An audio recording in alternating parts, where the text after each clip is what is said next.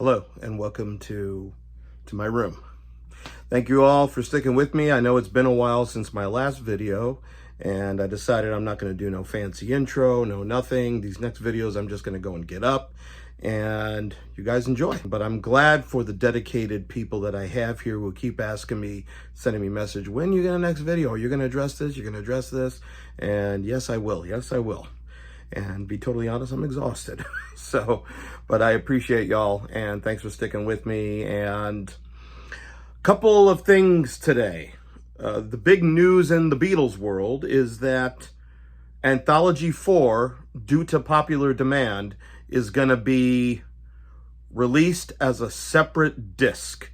Originally, it was only going to be in the big box as a bonus of the other anthologies, and I think that's the right approach to this because not everybody's going to want to buy the box set. I think this is a smart move on Apple's part, so I have to give a bravo to Apple regarding this. I've thought more about the whole Anthology reissue deal, and I kind of want to expand on my thoughts the last time because, like I said, I understand why people are pretty upset by the actual release. I, for one, am happy for the remastering.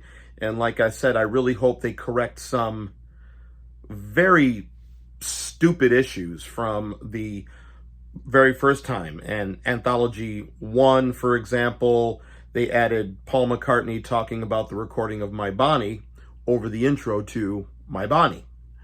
And I think that needed to be separate because you're missing that intro to My Bonnie. Regarding Anthology 4, and I know the whole point of them issuing the box sets, Revolver, especially Sgt. Pepper. Sgt. Pepper being the first one, the White Album the second one, Abbey Road the third one, Let It Be the fourth one, and Revolver the fifth one. The goal in those sets as far as the session stuff and bonus stuff was to get stuff that the bootleggers didn't have, as well as on the White Album giving you the complete Esher demos, which pretty much make your bootlegs irrelevant. Pretty much all the stuff on Anthology 4 is stuff that's already been released. Now, if you haven't gotten the box sets, you had no interest in getting the box sets, then Anthology 4 is made for you. But there's a lot of things that I think we have on bootleg that could be made public for the first time to even the casual fan. Some things that I think could have been on Anthology 4. We could have had the full 8-minute version of George Harrison's It's All Too Much from Yellow Submarine.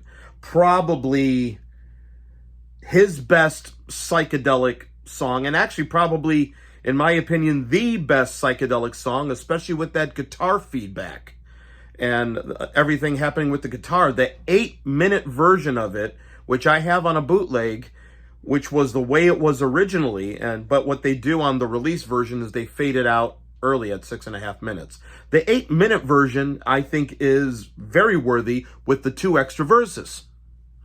Why not issue that?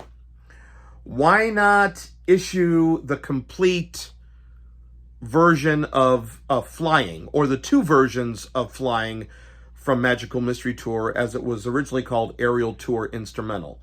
The first version that has the backing track from the Mellotron.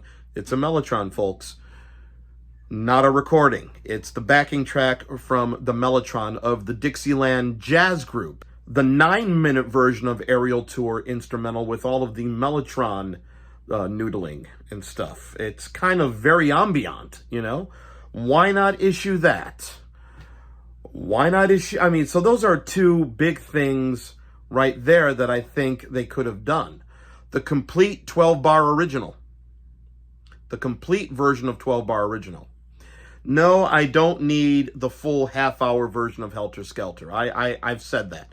The full half-hour version of Helter Skelter is the same version that was done that's on the White Album already at 12 minutes. To quote Mark Lewison, if you want the full 30-minute version of Helter Skelter, play the 12.5-minute version back to back. It's the same, do you, don't you want me to love you? That deal, okay? So there's a lot of things I wish they could have done, and a lot of things I wish they could add to Anthology 4 that would be nice. You know, the completed Revolution 1. Yes, we got the version on the White Album without the overdubs, but then there's the version that has all the weird overdubs added to it that became the basis for Revolution 9. It's still up. I think they brought it back up on YouTube. Check it out. So there could be that. So Anthology 4 is a bit of a letdown, but I kind of want people to buy this stuff. The reason why, and I get why people would not buy this stuff, but I addressed this when Get Back came out. If Beatle fans don't buy this stuff, then the attitude the business people will have is nobody wants it. So we're not going to do any more. And they're not going to do nobody wants it because. No, nobody wants it. That's why Get Back was the lowest selling Beatles release ever, at least at the time, the Blu-ray set. Everybody was like, well, if they issued a director's cut with additional features and whatnot, that's not how it works. No, nobody bought this, so why should we spend money in doing an extended version in a big, beautiful box set? Know how much money we got to spend? It wasn't worth it the first time. People want to stream it. That's the business attitude. So, now let's get to John Lennon, Yoko Ono, Power to the People. I pre-ordered my copy when Walmart.com had it for $80-something. And I'm still getting it for $80-something. That pre-order price is guaranteed. It was obviously a glitch, but people who took advantage of it, bravo.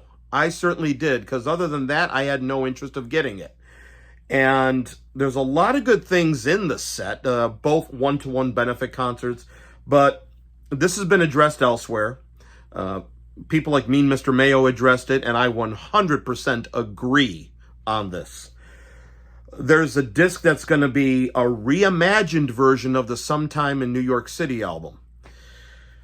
I think it's not one of John's best, and actually I think Yoko's songs were better than John's on there. However, John's very powerful "Woman is the N-word of the world" has been omitted, even from the one-to-one benefit concerts. And I don't want to go and get into all of this, about the use of the N-word, which I do think it's inappropriate. But in the context of the song, which is a pro-feminist song, the song is attacking men for the way men treat women. We make her paint her face and dance. While putting her down, we pretend that she's above us. All these things that, woman is the slave to the slaves is what John says.